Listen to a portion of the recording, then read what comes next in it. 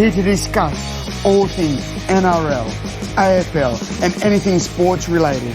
Please give a warm Aussie g'day to the footy fanatic and America's own Corey Jackson in Outside the Sheds.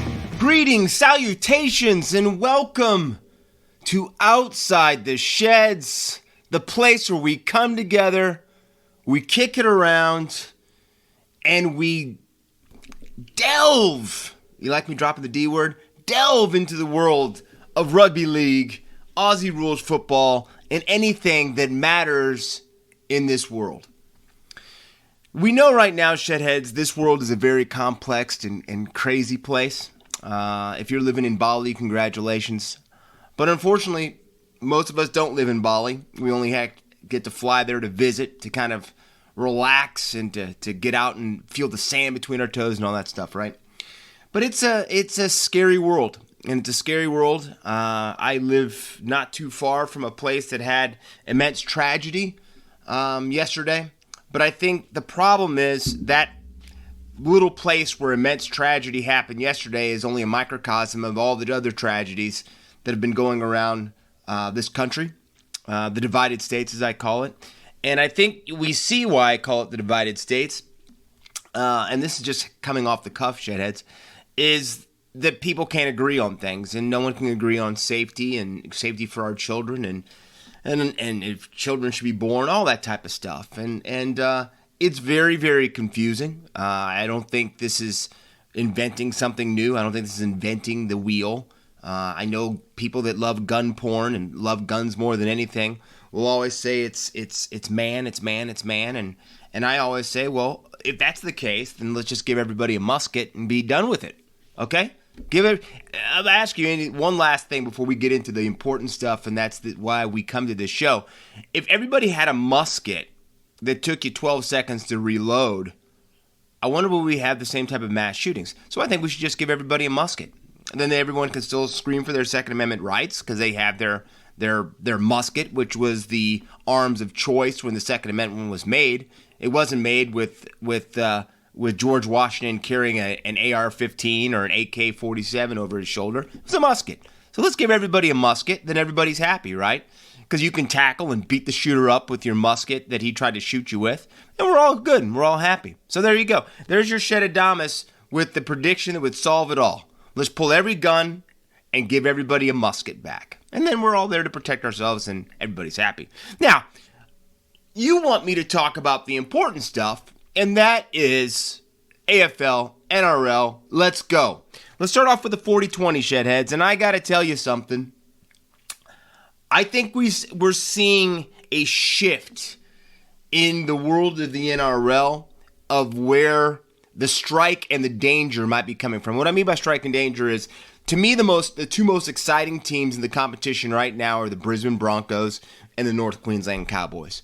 They're my two favorite teams right now because of their pace of the strike. They're always ready to throw the ball around and looking for a moment to always push it.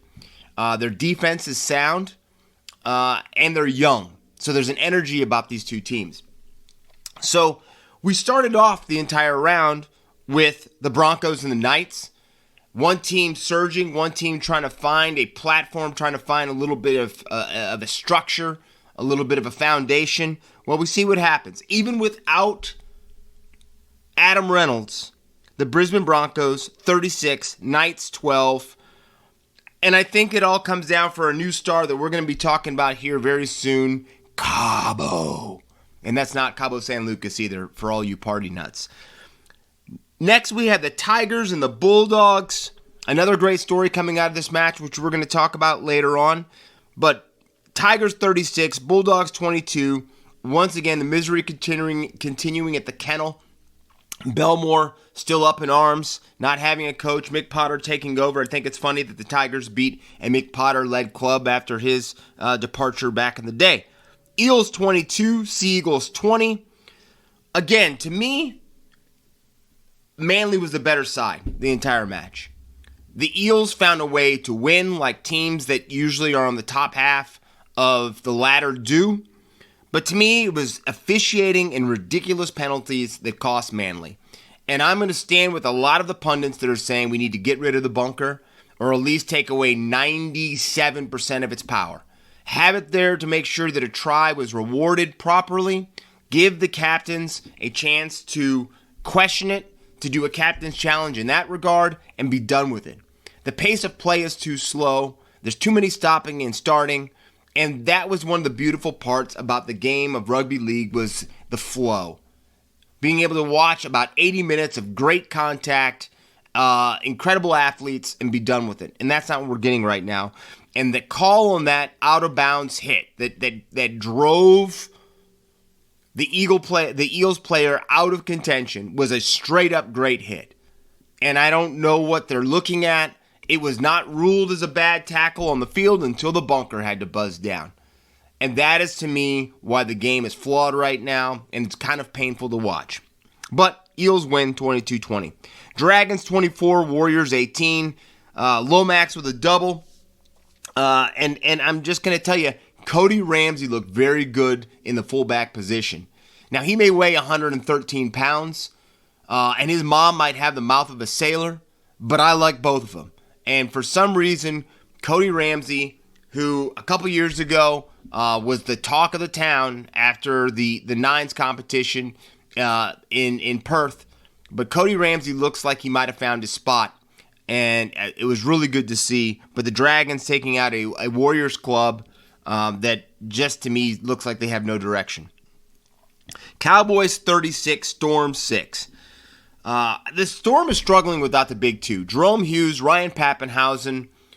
I think we're seeing how much of an effect those two players being out are just totally changing the chemistry for the Melbourne Storm. That being said, I don't know if the Melbourne Storm still win the match with one of them back or even both of them back, because the Cows right now are showing their pedigree. North Queensland is showing that they deserve a spot in the top four, and if they continue to play this way, are a real title contender this year. So, like I said, the changing the guard might be happening with these two clubs. Panthers 32, Roosters 12, Luai with 2, and again, they just have something over the Chooks right now. They just have something over them, but the Panthers continue to show that they may be the cream of the crop in the competition. Raiders 32, Rabbitohs 12. To me, isn't it so funny? Just recently, we wrote off the Green Machine as being done. You know, there was talk if Sticky had outgrown his welcome down at the nation's capital. You know, if he just, if it's just not working anymore. And there was a lot of frustration from Ricky Stewart. And you know what? Sticky just held the course. And you know what he's really smart about? And because he was a great player, he knows a room. And he's decided to let his players throw the ball around a little bit. And I'm going to tell you something. That's 3 on the trot for the Green Machine. And Jamal Fogarty is coming into the halves this weekend, which I'm really excited to see. But you better watch out, competition, because Canberra could be on the move. And then finally, Sharks 25, Titans 18. The Sharks debuting in Olympian, and they sprint away. Look at me how I did this. And they sprint away with the victory over the Titans. There's been some rumblings, and I don't know how much we should pay attention to them, but there has been some rumblings that Paul Green may be in the crosshairs of the Gold Coast Titans. Now, there's a lot of people that have shot that down, saying that Justin Holbrook is safe, and this is just crazy talk. But we know that Greeny is out there. We know that he's got a proven winning track. I'm saying he won the title in 2015 with North Queensland.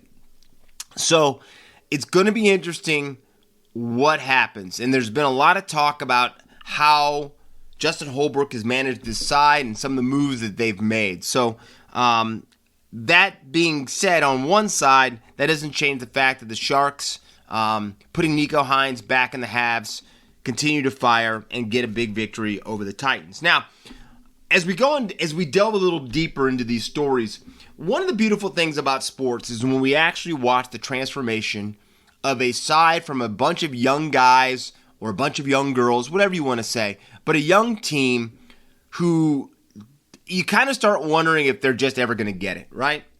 And you just wonder if it's just not going to work, right? But then all of a sudden, some of those teams, it clicks. Like a switch. It happens that fast, it's a switch. Now, truthfully, we all know behind the scenes it's not happening that fast. There's a lot of work that goes into it. But that switch gets flipped, all right? And for a lot of us, we sit there wondering, okay, was that just, they played a weaker team, or they played a downtrodden team, or what? That is the first time you question it. Then when they start getting some victories, and you kind of go, maybe there's something here. But it always comes to a head that I guess foreshadowing, that sense of, is this real, comes when this team finally takes on a team that people think is a real, for sure, title contender or dominant team. And we got to watch that this weekend. Yes, we knew that Pappenhausen was going to be out. And when we went to record this last week, it looked like Jerome Hughes was going to be back in the side for the Storm. Now, he got ruled out, but they still have Cameron Munster. They still have the Hectic Cheese. And Nick Meaney has, there's a lot of good players still, and they're still coached by Bellyache, right? They're still coached by Craig Bellamy. Now, here's my thing. When you finally see that side bust and kick open the door, there's something magical about it. It's magical because it's not a fairy tale. It becomes reality. And then when you see them rise to that occasion, there's something, if you love sports, there's just something great about it. And we watched that this weekend.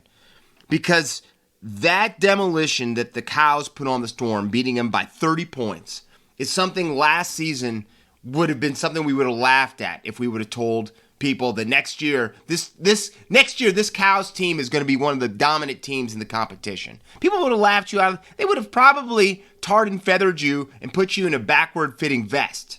That's how crazy it was. But that's not the case, because after this victory now, the Cows have won 6 in a row, their longest streak since 2015 when they went on to win the competition. They're a team that, to me, is a perfect blend of veterans and youth. To me, the buy of the round, a lot of people talk about Nico Hines. Love Nico.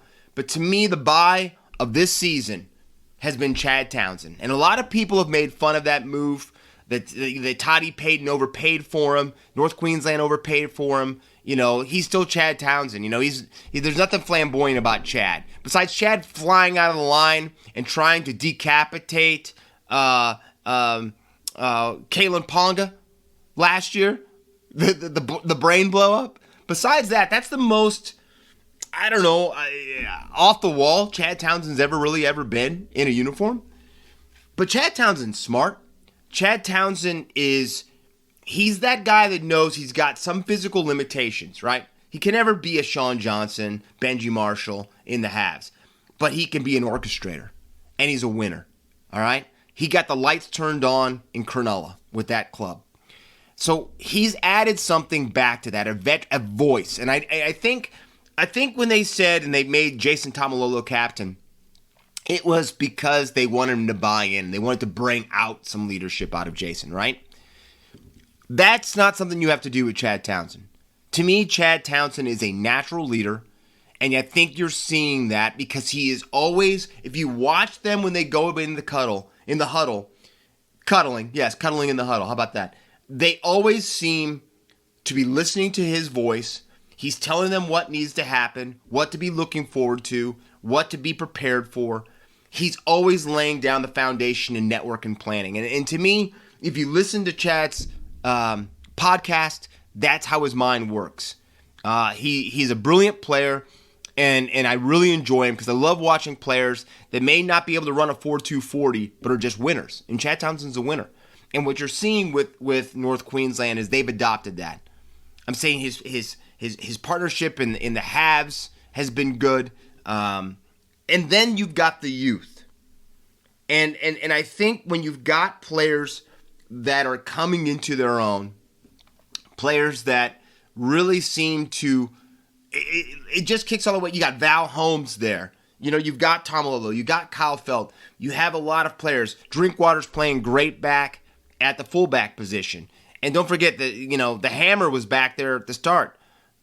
So they just have just all the right pieces and all the right ingredients to make this club what they are. But now, this is when it becomes real. When injuries start to take over a team. When key members go down. And you heard me just mention Kyle Felt and Jason Tomalolo. Well, both of those guys are going to be out. And we're going to talk, because I'm telling you, the Red Cross has not been good to the NRL this last week. But these guys are going to be out. Felt's going to be out for 6 weeks, I think. Jason Tomalolo is going to be out for a couple at least. And guess what happens? You get injured, you get some major injuries, and then you go up against a big club. And that is what's happening.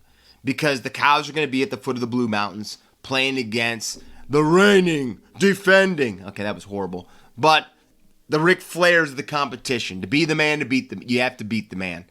So we're going to see what this team has. They passed one test by taking it to the Storm. But now they've got something else that they're going to have to show this weekend. And if they find a way to win this match, the rugby league world will be on Queensland, Townsville, and Brisbane. So I've got to tell you something. I'm really excited for that match, and I think it's going to be something really, really special to see. Now, superstars. We talked about teams when it clicks in. Superstars to me is what makes up the game. Michael Jordan in the NBA, Wayne Gretzky in the NHL, now Connor McDavid, go Oilers, right? I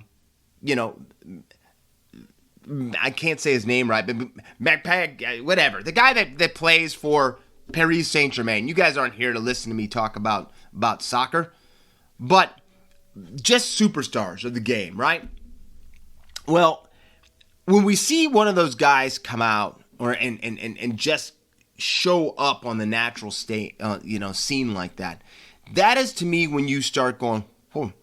And it's a little bit like what we just saw and we were talking about North Queensland, but we actually have one of those young all-stars, these young guns to me that could become just one of these players that we talk about for the next 10 to 15 to 20 years. And that guy, to me, is Selwyn Cabo of the Broncos. He fits the bill in all of that, right? He's got brute strength. He's got speed. And a lot of people are comparing him to a young GI. And when anyone ever compares you to a young Greg Inglis, you better take note of that player. Because the last player that was said that was going to be the next GI was Latrell Mitchell. Now, the problem for Latrell, no matter how good of a player Latrell is, and you can't use the word great yet, there's a potential for him to be great. But he's a very, very good player, and maybe one of the reasons why South Sydney is not playing anywhere close to the way a lot of people thought they were going to play. But the problem for Latrell is Latrell always looks like he's heavy. He doesn't ever look like he's in the best possible shape. He's getting injured quite a bit lately. And suspensions. He broke his best friend's face, or one of his good friends. None of us know who best friends are in this competition. But that kind of scuttled Latrell. That's kind of sidelined him from that GI talk. But I don't think that we've got this problem with Selwyn Cabo. And I got to tell you something. For a club that last year, just like the Cows, was talked about, are we going to keep Kevy? Should we get rid of Kevy? All of a sudden now, the young players are now re-signing back with the Brisbane Broncos. Because they see something. When players see something magical starting to happen, they're not jumping ship from that. Especially players who have been suffering with a team for the last 2-3 years. When they start feeling success, heck yeah, they're not leaving anything. Because they put in the tough times. They want this. They want that smoke, as people like to say, right? And I think what you're feeling and what you're seeing, Cabo exploded this last weekend against the Knights. 2 tries, 224 running meters, and that's just some of the stats for the young guy. He is special. And all of this happens without the little general. Adam Reynolds is out. Tyson Gamble plays a great game in the Habs. And I've always been a fan of Gamble. You've heard me talk about this. If you've listened to this podcast, I've always been a fan of Tyson Gamble. But he stepped his game up because he knew that Reynolds wasn't there and that he had to be a voice. So I've got to tell you right now, Shedheads, I think the Broncos push for the 4 or to be in the top 4 all season. I think that North Queensland is going to be pushing and staying in the top 4 all season. I think this is going to be a year that is going to be remembered up in Queensland for a very, very long time. And one of the fun things about this is that this isn't going to be a flash in the pan thing. These are 2 teams that are built to be there for a while. And I think that we're going to see some great footy because of it. Now, I told you about my favorite rounds, and one of the things I've loved about the NRL is that they do the rounds, special different rounds, We've already had Anzac Day, which I told you my love for Anzac Day. But my other favorite round isn't State of Origin. Love State of Origin, and I know it's more than one round, Shedheads, calm down. But I love Indigenous Round. Indigenous Round to me, besides the colors of the jerseys and the history of why each club produces the jersey that they do, and what Indigenous players on those teams help contribute to the patterns and the designs of those jerseys and what they represent. Besides all of that, and that is a huge, huge part too, because it has your Indigenous players buy into the vision of what the club is trying to portray. Awesome. But I think the one thing that the Indigenous Round does is it makes people look at other people's cultures. And in this world of the allegedly mankind, humans, being the smartest creature on the planet, I think we prove time and time again that we're far from the smartest creature on the planet. We might have the most resources at our fingertips. We might be able to destroy more things than any other creature on this planet. But it doesn't make us by any means the smartest creature on this planet. But I think the best way that you can become something special, the best way you can become an all-around good person is to not, how should I say, take a step back when you have the opportunity to learn about someone else. And that someone else may not look like you. That someone else may be darker than you. They may be lighter than you. They might believe in a different faith than you do. But all of that does not mean they don't bleed red. And that they don't have feelings. And that they don't have aspirations and dreams and all of that stuff. And I think that's so beautiful. And I know we're going to jump across the code a little bit. But I think that's why the name Dream Time at the G is so important for the Richmond Tigers. Because it's like a dream time, right? It's on one of my bucket lists of things to go see. Now, I don't need all the fighting that happened at the MCG for it. But again, I think we have to remember why this round is so important. And I don't think we have to do it as a round, right? But it doesn't mean that just because 1 week we should be thinking about others and other type of communities and religions and beliefs and people. That should be year round. And if you're not doing that, you might want to look in the mirror, okay? Because you should never hate anybody just because they look different than you. Hell, you should want to embrace that. Because you have to look at yourself all the time, right? Learn from somebody else.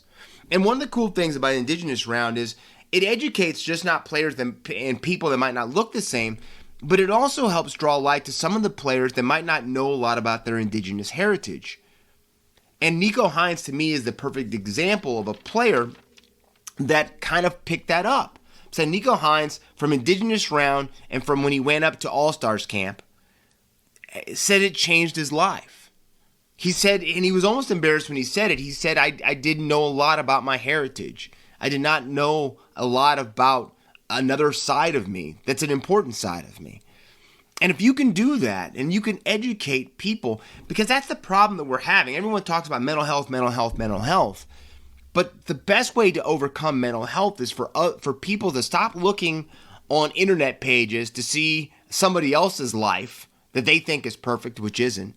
And, I'm going to like that. No, it's about learning about yourself and learning deeply about yourself and your family and your faith and your friends and others. But most importantly, you can't go out there and be a better person than everybody else if you don't understand you. And so that's why Indigenous Round is so awesome, and it brings to light a lot of things that I think as a society and as a people, we take advantage of, and we don't really go to the best part of where we should be with that. So Indigenous Round coming up. Get ready for some beautiful, beautiful, great-looking unis. But make sure you pay attention to a lot of the words that are said this weekend, Shedheads, because it's very important. The AFL does it top-notch. They did it last round, so hopefully the NRL can fire suit with that too. Now let's go into the medical ward. I try to stay positive, but we yo-yo. We yo-yo just like we do in life. And I know I didn't mention it when I said the score, but the talk of the rugby league world has been Turbo going down again. Tommy Trbojevic, another injury, this time the shoulder, and it's going to cost him the season. And after 5 different hamstring injuries and knees and shoulders and ankles, you don't want to say or you hope that this is not going to starting to become the swan song for Tommy T because of all of this. But there's only so much the body can take. You know, Benji Marshall had, I think, 6 reconstructive shoulder surgeries. He had a bunch, okay? Don't quote me on that. But he had a bunch. And if you talk to him, he said if he got one more, that he was going to have to retire. You know, I remember back in the day with the Tigers, back in like 2011, 2012, they had a player named Tim Moltzen. And Moltzen was like right on the cusp of going Origin. And then all of a sudden he started getting injured. And he could never get right again. So you can't take for granted the livelihood that you have, especially if you're a player that is a star player. And that's why these two games, both rugby league and AFL, are both beautiful games, but everyone's one tackle away from maybe their career never being the same or maybe possibly being over. So this is a huge setback, and I think Tommy Turbo's reaction shows you how it's affecting him and how it affects a lot of people, because Turbo is crushed. And he's usually a pretty mild-mannered guy. If you've seen Turbo, sometimes you want to put that mirror underneath his nose to make sure he's breathing. I'm saying, unlike Jake, Tommy is very, very subdued, very, very relaxed dude, right? Unless he's doing a race on the Corso. But he's taken the time. He's given up drinking during the season. He's really tried to change his body and himself to get himself best ready for his occupation, the thing he loves, rugby league. But this injury, again, was him just going all out and probably not even having to make the play he did on the ball when he did it. And it's going to cost him the season. It's going to cost him Origin. And it's going to cost him the Rugby League World Cup. So I hope Tommy comes back the best possible player that he can possibly be. But it really, really concerns you and makes you, if you're a friend of Tommy, if you are a fan of Manly or of Rugby League, say a prayer his way, because he's going to need it, I think. So, unfortunately, just for Turbo, there was a lot of red crosses this last round. You know, the story that I told you, there was the feel-good story a couple weeks ago with Jared Croker coming back, the captain, as they call him, in Canberra. Well, again, he made his comeback match. He injures his shoulder. It looked like he was getting ready to come back this week again for the Raiders. And he re-injured his shoulder again in training. And now they don't know what is going to happen with this. He's going to have to go in for further scans to see, is this something he can rehab, or is he going to have shoulder surgery? And I'm going to tell you, Shedheads, I think if Jared Croker has to have shoulder surgery, this could be the last time we see him in a green machine uniform. So let's hope for the best. Let's hope that he's not going to need surgery, that he can rehab this and maybe be back later in the season to make a run for the Raiders to get into the postseason. Again, another team that just can't get out of their own way, and that is the Warriors. Aden Fanua-Blake will be out for an extended period of time with that foot injury that he received last round. And I just don't think right now the Warriors can have much more bad luck. And if you think about it, they'd really be in trouble if they wouldn't have got a couple golden point last-minute kicks from Sean Johnson. So the Warriors could be on the ropes big time. Harry Grant, abductor injury. And this just happened in the last day or so. This injury that he said he got it during the captain's run. So it shouldn't have even been too much about it that he was doing to get this type of an injury. But an abductor is at least ruling him out for this week. And I think we'll have to see how much longer. Adam Reynolds looked like he was going to possibly be back this week. But he's got now a hamstring injury that's going to see him out at least another week. And we might have to keep our fingers crossed because we know hamstrings just don't go away overnight. Probably the most gruesome injury from the last round was the Bradman Best elbow injury. Well, unfortunately, more information has come out.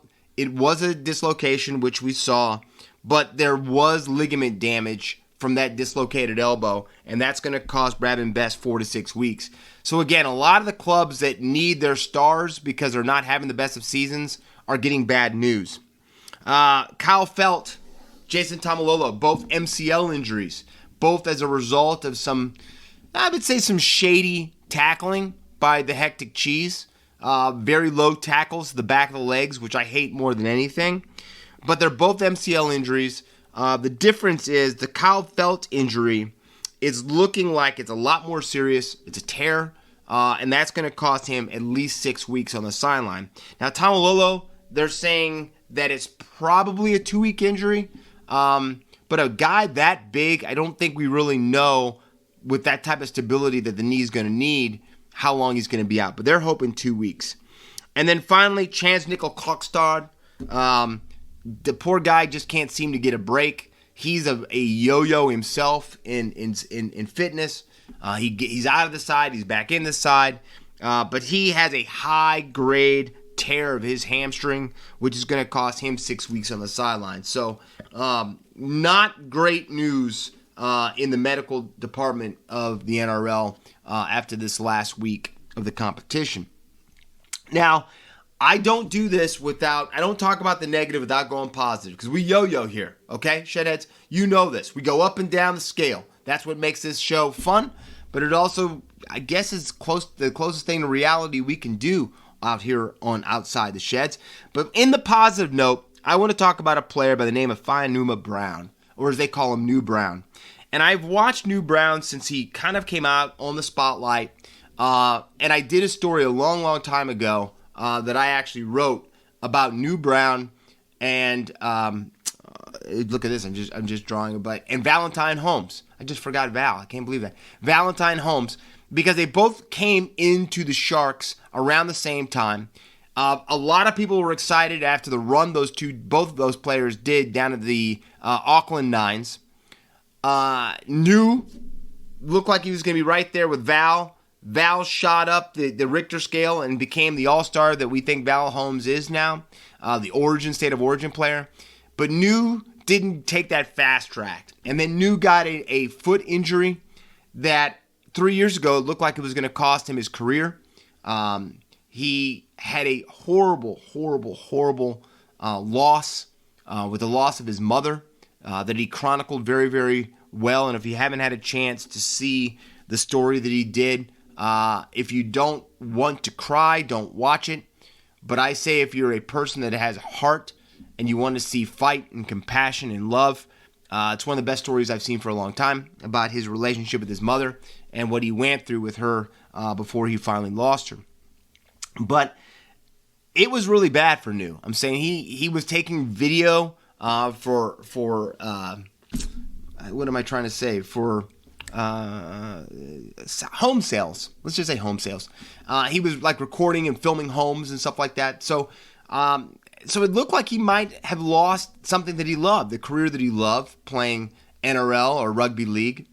And then all of a sudden he started to look around because he just kept getting reports about from specialists saying, you need to retire, that this injury is not something you can come back from.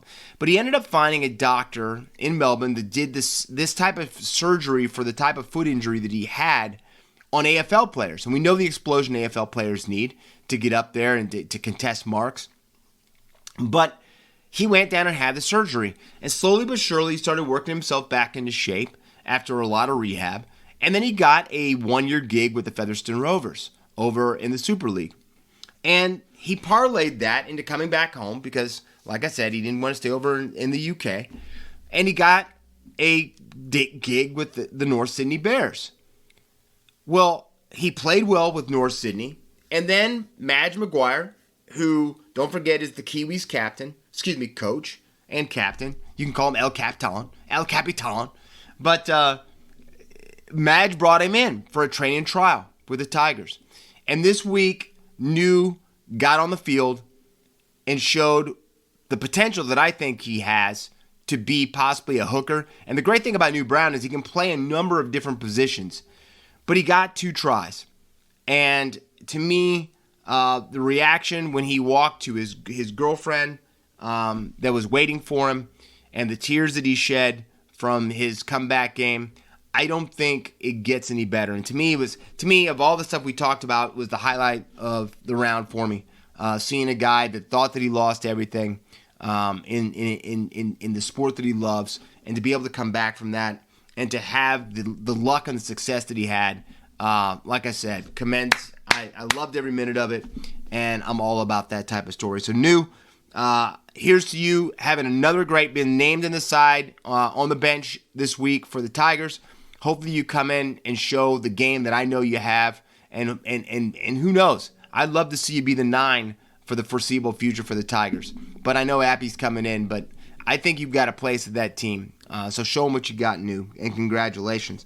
So let's go into these picks for the Indigenous Round. As you know, Yoshida, he broke even. He went 50% last week. And I'm going to tell you something. After some of the things that happened this last round, I have no idea how people gamble professionally on sports because you have no control over it. And it is, thank gosh we pick good sports. Thank gosh we have great picks here. Yoshida excels in that usually. But we went 50% this week. So let's do a little bit better for Indigenous Round. And I think I'm ready and I'm informed. Starting out tonight or this morning, whatever you want to say, the Seagulls versus the Storm. I think the Seagulls will fight, but I think it's down in Melbourne, so I've got the Storm in that one. Friday, Cowboys versus the Panthers. I've got the Cows pulling the upset at the foot of the Blue Mountains. Even without Felt, even without Tamalolo, I'm taking Toddy Payton's boys. Cowboys get the victory. Titans versus the Broncos. The battle for Queensland. I've got the Broncos. I think even without Adam Reynolds, that the Broncos are just playing some incredible footy. Saturday, Knights versus the Warriors. I don't know where the Warriors are. They are the biggest Sybil team I've ever seen, but I'm going to take the Knights over the Warriors. Tigers versus the Rabbitohs. I think the better team is South Sydney. They've got to show that. And I know there's the big coming against each other, Dane Laurie and Cody Walker being relatives and how much that means for Dane Laurie. But I'm going to take the Rabbitohs over the Tigers. Roosters versus the Sharks. Chooks need a victory. Sharks playing the better footy. I'm taking the Sharks. And then finally, for Saturday, Dragons versus the Bulldogs. I don't know how anybody would say the Dogs. I got the Dragons. And then finishing out the round, Sunday, Eels versus the Raiders. I think the Green Machine pulls off the upset and beats the Eels. Now, as we switch gears and go into the AFL, we go into a little on the mark. Yoshida went 6 for 9 there, so we're above 50%. We've been doing really, really well with our AFL picks this last 3 to 4 weeks, so we need to keep that going. But kicking off the round, we had the Blues against the Swans. And again, we're talking about all-stars on one side, there's all-stars on the other side, because Charlie kicked 6. He kicked 6 against the Swannies and getting the victory for Carlton, who continue to show that they're meant to be in this fight. But Blues 102, Swans 87. Then a match that I should have seen this coming. The Power was the hot team coming in, but the Cats take down the Power 82-47. But a victory that could have some lasting implications for the Cats. Bulldogs 106, Suns 87. The Doggies showed some real mettle holding off a hard-charging Suns, but they get the victory. Demons 100, Roos 53. I can't believe we're even talking about that score, but the Demons win. Saints 90, Crows 69. Max King shows the powers of the Saints as they, how should I say, fly over the top of the Adelaide Crows. Tigers 80, Bombers 48, Dreamtime at the G. That's 4 on the trot now for the Tigers. I'm telling you, you know who my pick was at the beginning of the season. I think Richmond's about ready to go on a bender, and they're about ready to go and really start to climb up this ladder. Giants 138, Eagles 86. What better team can you play against than the West Coast Eagles if you need to get back on the win column and feel good about yourself? Congratulations, Giants. Perfect timing.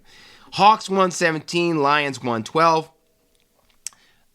We're going to talk about this here a little bit farther down the line on the mark, but I've got to tell you this right now. The Hawthorn Hawks defending the island, defending Tassie, and pulling off the upset of the round, 117-112.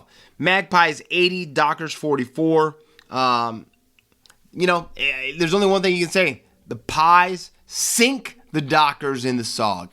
How about that one, huh, Shedheads? But the Pies, a club that sometimes, every time you think they're dead, every time you think that they're about ready to go under, they find a way to pull themselves to the top, which they do it again. Now, I was saying this earlier, and I want to, as we delve a little bit deeper, sometimes victories are more costly down the line, down the road, whatever you want to say. And you can only get your 2 points and so much joy and excitement after just one victory, unless it's a grand final.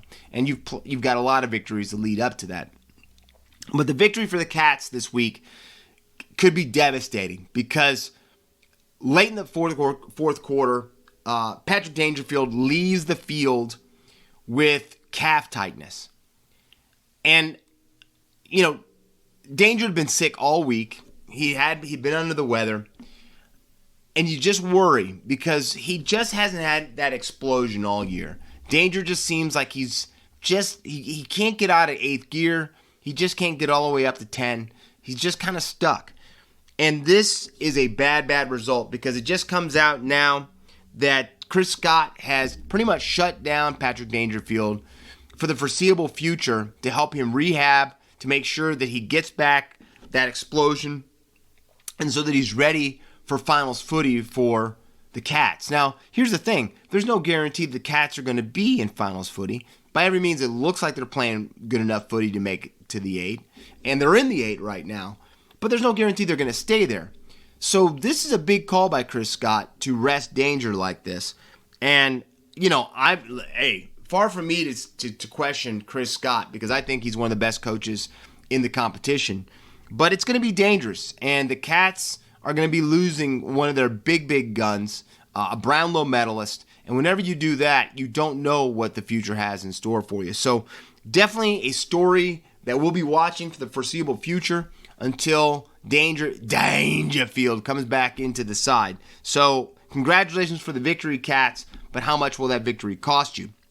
Now, like I said, we continue yo-yo here on the show, but after only playing 4 games in the last 2 years, Charlie Curnow is back. And that could be the understatement that I've probably said this entire podcast, because Charlie has been magnificent for the Blues. And if you think about this, pretty much everything has fallen in place for a side that for the last 5 years it seemed like everything that could go wrong did. But Charlie kicked 6 goals again this weekend over a Swans team that was playing pretty darn good footy as well. He has kicked himself into the lead in the Coleman Medal competition, which, again, is something that like I said, how Charlie's had to play the last 2 seasons, for him to be where he's at right now is awesome. But I don't know if a lot of people actually saw that coming, but it has. And it looks like it's going to continue, because the Blues now are sitting 8-2 and in 3rd spot on the ladder. And you'd have to say that finals footy and a flag all rest on the continued strike of the boot of Charlie Curnow. So To me, I love feel good stories, and you see that I picked out two really big ones for both competitions. But one thing and one major difference is the Tigers are fighting at the bottom of the barrel, and Charlie's doing this for a team that really has a chance to raise a flag this year. So congratulations, Charlie. I know the hard work you have to put in when you miss that amount of time. If you look at it, that's the same thing that's happened to Klay Thompson. Lost 2 seasons for injury. And to see these players, when they finally get back to feeling good about themselves and feeling strong, and when they start getting some success, they can feed off that. And I think that's what you're seeing from Charlie right now. So congratulations to the Blues and Charlie for, again, winning a huge game. And like I said, putting them right there for the flag. Now, I was I've never been the biggest Hawthorne Hawks fan, but I've always been a big fan of Alistair Clarkson because I think Clarko is one of those coaches that the moment was never too big, and he just always seemed to get that into his players. But there's something about Hawthorne and their spiritual home of Tasmania to me that's really, really special. And Alistair Clarkson instilled in those players of Hawthorne how much and how important it was for them to play the way they do when they get down to Tasmania and what Tasmania really, really means to that club. And going down to this match that they did in Tasmania against maybe besides the Demons, probably the best informed side in the competition with the Brisbane Lions, a lot of people did not give Hawthorne much of a chance to beat the Lions. I know your Shedadamas didn't because I picked the Lions. But that's why you play the matches. And in a match that to me was all strike, and you know I love the word strike, but it was all strike because, both sides stayed within roughly 6 points the entire match of each other. It was a back and forth, which to me is just incredible footy to watch. But a player that I think has not really lifted his game to where a lot of people thought that he had the potential to, but a player that I've always enjoyed watching play since he was even back at Port Adelaide in Chad Wingard. Chad Wingard holds Indigenous Round, very, very important. He holds his Indigenous side and his belief, and he wears it on his chest. And to see him step up in a major, major match like the one they just had and kick 3 goals on the stage that he had a chance to do that on was something really, really special to see. And then they've got some young players because Hawthorne's a young club right now. And when you've got young guys like Jai Newcomb too, and he's playing just some stellar footy right now, that victory has to give belief to Hawthorne that they have a chance to somehow fight their way and get into the 8. And I think if they do that, they have a real chance to they'll be the team that you don't want to face. They'll be battle-hardened, and you know what a team is when they're young and they think they have house money. They'll run for days, and they can cause some real problems in this competition. So I said this last week when we were talking about how this from 4 to 8 is going to be, I think, just a straight-out street fight to see what 4 teams can get in, and I think the Hawks are right there. So great job defending Tassie, Hawks. And like I said, I think you are a team to watch for sure on the radar. Now, again, we yo-yo back to a team that for some reason cannot get out of their own way. And I don't know if they will ever get out of their own way. And that team, I think I'm either talking about the West Coast Eagles or I'm talking about the latter, and I'm talking about the latter. We're talking about the Roos. North Melbourne, a club to me that I don't even know what to say about them. They're 1-9. They look like that they have no belief. They look like a club when they go out there that they don't think they're going to win. They've got an embattled coach. David Nobles is under fire big time. For some people say player mistreatment. He had an epic spray that a lot of guys have not, I don't think, recovered from fully. And they still might have some anger and resentment for him for what he said and how he said it. But the thing that we did not see happening or coming is that their list manager, Glenn Luff, has resigned. And if you know the time of year it is in the AFL, this is not the time when you want your list manager to resign. And the big thing is, and I don't even know how to even word this, but there's talk that he saw a show, and I don't really drop names too much here, because you're on Outside the Sheds. But he allegedly saw an AFL show that criticized him, and that was the final straw. He said, I don't need this anymore. And he resigned for that. Now, if your list manager can't handle the scrutiny of some talking heads, what do you think your young club is going to do? What do you think that the chemistry and the feel inside that locker room, inside that shed is?